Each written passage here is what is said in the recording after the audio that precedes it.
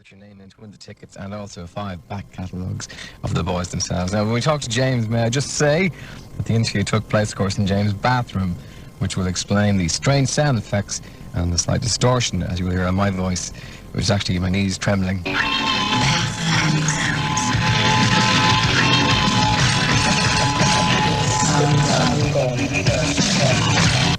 James, just going into this album with the success of Everything Must Go before it, what did you kind of want to achieve with it?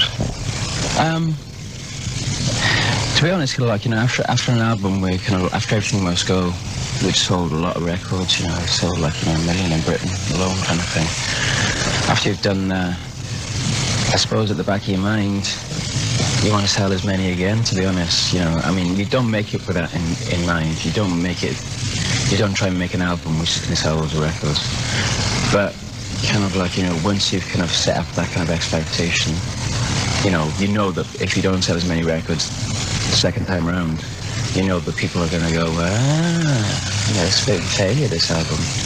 And I think subconsciously you just can't get away from that. I think, you're aware that people are looking for you to fail and not sell as many records. So I think, subconsciously there's that thing where you just still want to be a really big band, But our conscious efforts on the album were to just not censor any of the lyrics at all. And I think, that's perhaps why we chose If You Tolerate This for the first single. It wasn't particularly the easiest thing to say on the radio, this is the Manic Features off the album, this is my shoot, tell me yours, If You Tolerate This, John will be next. So I think that was our main aim. We wanted to make a beautiful record, but we also wanted to make a record which completely innately just enhance the lyrics and didn't censor them in any way whatsoever. I'm kind of surprised to hear that, because I think most people have a very romantic view of the band, probably because of its history, and saw Everything Must Go as a real, proving, that the band must go on. And would have thought you'd been approaching this in the same way rather than let's feel successful as we were. No, I think that, I was saying it's a subconscious thing that you can't get away from. That wasn't the aim of the record. The aim of the record was to completely innately wants to drive a point home. Like songs like Charlie Filch, Mass Murderer, songs like If You Tolerate This, Children Will Be Next, songs like Ready for Drowning, wanted to be crystal clear. It didn't want any confusion in the songs whatsoever, but also wanted it to be beautiful. For us, we don't feel as if we need to state that we exist now and, the show must go on, etc., etc. We never felt like that anyway. For us it was very much more personal thing. Is there a weight of expectation after that level of success? Yeah, there is, definitely.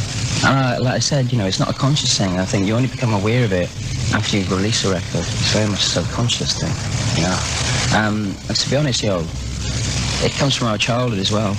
All our favourite bands didn't succumb to any kind of self-censorship, but they were so massive, whether it be Public Enemy or The Clash or The Pistols.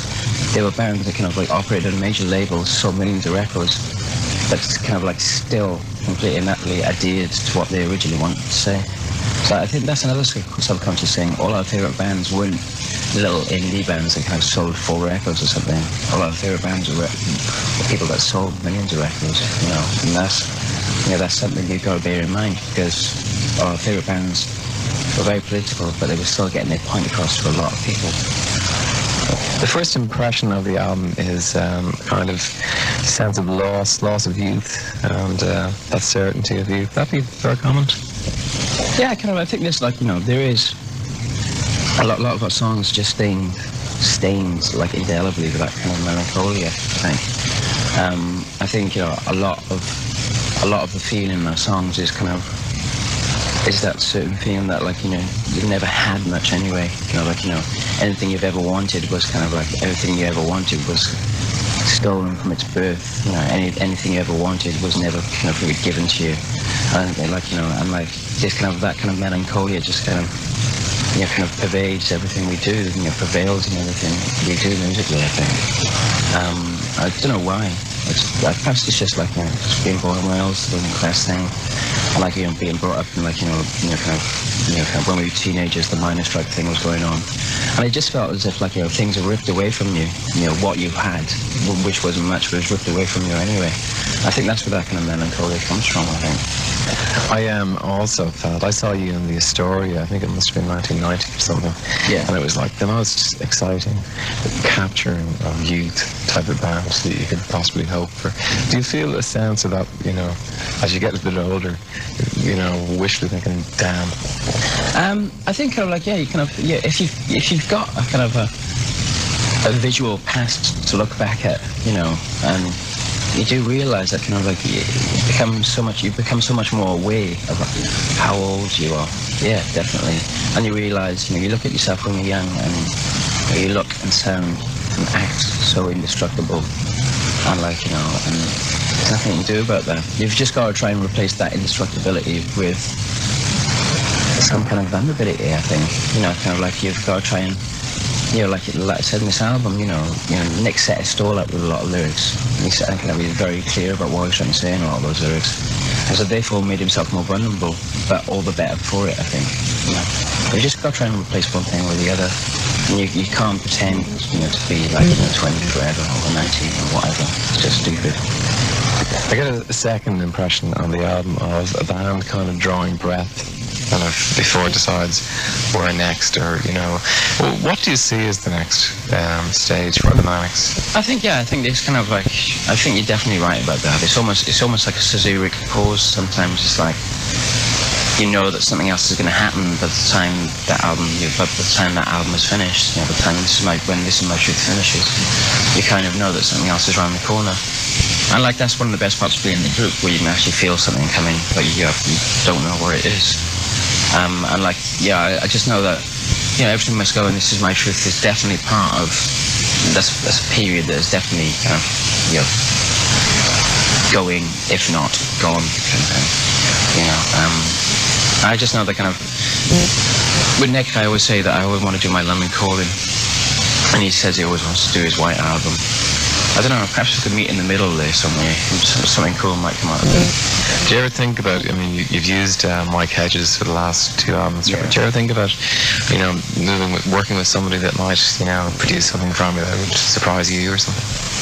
I don't know, kind of when we work with different producers, to be honest, like so many of them being so out of touch with our musical ideas that, we've only ever met 3 people over the space of 5 albums, and out of meeting a lot of producers as well that kind of had respect for our musical ideas, and it's really hard to find people that actually understand us and will give us a certain amount of control in the studio, or just take notice of us, And like, there's no way we're going to go into the studio just for the sake of trying to find a new direction, with somebody new, because, people have got, we've got a lot of control in the studio of what we do, over every one of our albums. We could have put co-producer and master pictures in all of them, but we don't do that, because I don't think that's what production's about.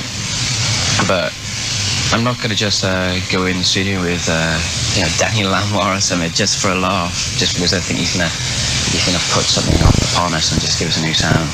I'd rather that sound come from us than from somebody else, to be honest. So, we haven't got a clue who's going to do the next album. We really haven't got a clue, because you only know who's going to do the next album when you've got the songs. And like, we haven't got a clue what the songs are, what they're going to sound like, and what we want, so.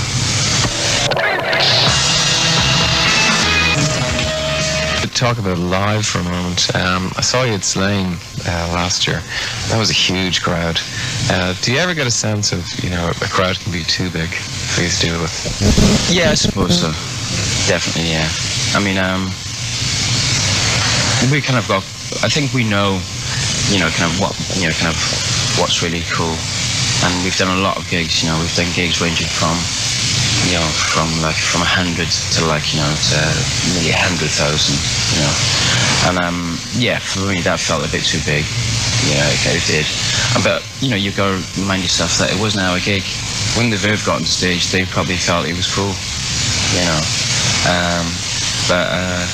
yeah, I don't know if I'd want to do an 80,000 like that. It just kind of, don't get me wrong, I love playing arenas, playing in front of 10,000 people every night is one of the coolest things in the world. But 80,000, it's kind of, it's a bit kind of unbridgeable. You can't kind of really bridge the gap at all. You wouldn't consider going down the U2 route of the 50-foot lemon and the enormous show? I think that's different. Because, they were still playing to that arena-sized crowds a lot of the time. I think, 80,000 in the field is a much different thing. I think it's much easier to miss the target when you're playing 80,000 people in the field. That U2 show was just either pure madness or pure genius, and I still haven't figured out what it was, really. I just wanted to talk to you about some of the songs as well. I know a famous football manager, he said when he's putting his team list together, Dennis Irwin is always the first name he puts down. If you're putting a set list together, what are the first 3 songs? Oh, that's easy. Design for Life, You Love Us, Motown Junk. How about Motorcycle Emptiness? Yeah, that would be in the kind of, that would be coming to the category of first 5 songs. Maybe then go for the first 5 songs. You Love Us, Design for Life, Motown Junk, Motorcycle Emptiness, and now If You Tolerate This as well. I have to harp on a bit about Motorcycle Emptiness because I get out of bed to listen to that song. How do you feel? I mean, it's maybe your first album. It could just as easily be on the last album. How do you feel it's aging with you? I don't know, it makes me feel quite bitter when I hear Motorcycle Emptiness, to be honest. Just because, I don't know if it sounds really arrogant, but when I hear Motorcycle Emptiness, it makes me realise that, if that song had been released in the last 4 years, it would have been a top 10 hit, When we released it, it barely made the 20, And it kind of pisses me off. It pisses me off that, a lot of people don't really know that song. And if we would have come out with that song last year, it would be fucking massive, So, that's why it makes me feel better. How about just from the perspective of where you were when you wrote it and where you are now? What goes through your mind when you play it?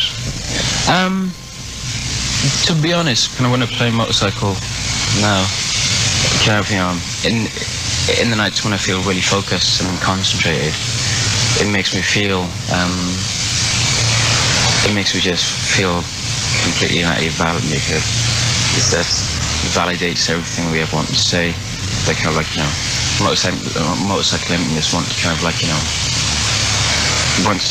you try and point out the the aimlessness of our generation. They want to try and point out how we were so wrapped up in self-pity, and how we turned all that introspective sadness into something that was beautiful, and it was bad, and in turn that song became something that was beautiful too, which is quite ironic.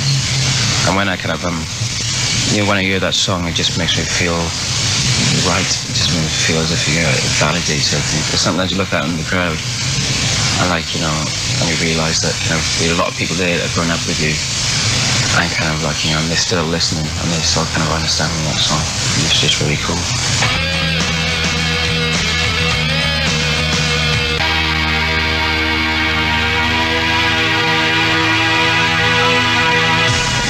When you started first, there was the famous, biggest band in the world, sell a million copies and break up. But, regardless of whether you mentioned it or not, I think that the ambition was huge. Do you still have that level of burning ambition, or? I think the fact that me and Nick will still sit down and just have an argument about what our best album should be, and I say it should be more like Lemon Call, and he says it should be more like the White Album. And then we have a big raging discussion about it for about an hour. I think that still shows up we've got those ambitions, I think. We don't want our album to be just another next album. We don't want it to be just another album. We want it to be our landmark album. We want it to be our double sprawling classic album kind of thing. So you find ambition in different places and different means, with different means, but I think the fact that we can still sit down and argue about things like that shows that we still got a lot of ambition. And, is that something you'd say now in 5 years' time you'd want to think that you'll have produced something that dwarfs everything you've done to date? I don't know, it definitely feels as if you know, beforehand, you know, when I was younger and stuff, it just felt as if, you know, there was everything to do. And now it's a very much more different feeling now. It's like, I know there's only certain things left to do. So it's kind of, you know, it's kind of easier in a way. You just kind of, you pick your targets a bit easier, I think. Like, you know, I know that I don't want to do another 5 albums. I know that, you know, I want to try and, like, you know, I want to try and hone everything down now to a point, you know, whether the next one be a lost album or the one after that. You just kind of get that impression, you know, that there are only certain things left to do. You can't keep on thinking there's everything left to do, because there's not. You know, your language does kind of run away with itself, and it does run out.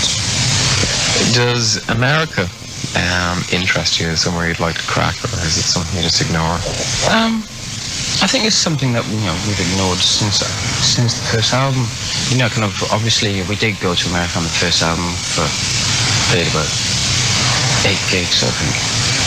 And, like, you know, we got shunned by America in such, you know, glorious fashion that since then I think we've kind of ignored it. It's for our own good, to be honest. And, like, it's not something we've been in love with, you know, ever since that, and it's not something that we've been desperate to break either. I mean, like, you know, obviously if we ever saw some records there, it would be fine, we'd be happy. But it's, you know, I think it's quite, you know, significant that we've never gone over there and, like, you know, and just destroyed ourselves and just toured for like half a year just to try and, like, you know, just to try and break America, and destroyed ourselves, which a lot of bands have done, you know. You know, it's significant that we haven't done any of that. You know, if something happens in natural fashion, we'll go for it, but we're not in love with that kind of, like, you know, that mythological status of America, going in, breaking it, and getting off the plane at JFK, like the Beatles and all that kind of stuff. We have all those ideas with me, you know, and I think, you know, we kind of just managed to purge all those memories after the first album. We managed to purge all those kind of, like, you know, all those romantic notions are going there. I think for the better, you know, because it can fuck you up going there, you know. If you're so in love with breaking America, it can really mess you up. So what is the most enjoyable part of being in the band? You know, is it live or recording it? It's just really simple. It's just kind of, like, you know, for me, none of those things really. It's just still being in the band with, like, you know, we two your best friends. You know, I know that sounds a bit sloppy and all that, but it is really cool. It's nice being in a band where there's not, you know, kind of any conflict kind of always, like, you know, resolves itself, or any conflict is kind of creative, to be honest. It's nice that kind of I'm still in a band with two best mates, and not in some band where everybody's arguing about, you know, what sandwiches they want or something like that, or, like, you know, what colour somebody wants to wear on stage, you know. We don't have those stupid arguments that other bands have. For me, that's the best part of being in a band. James, thanks very much. Cool, cheers, man.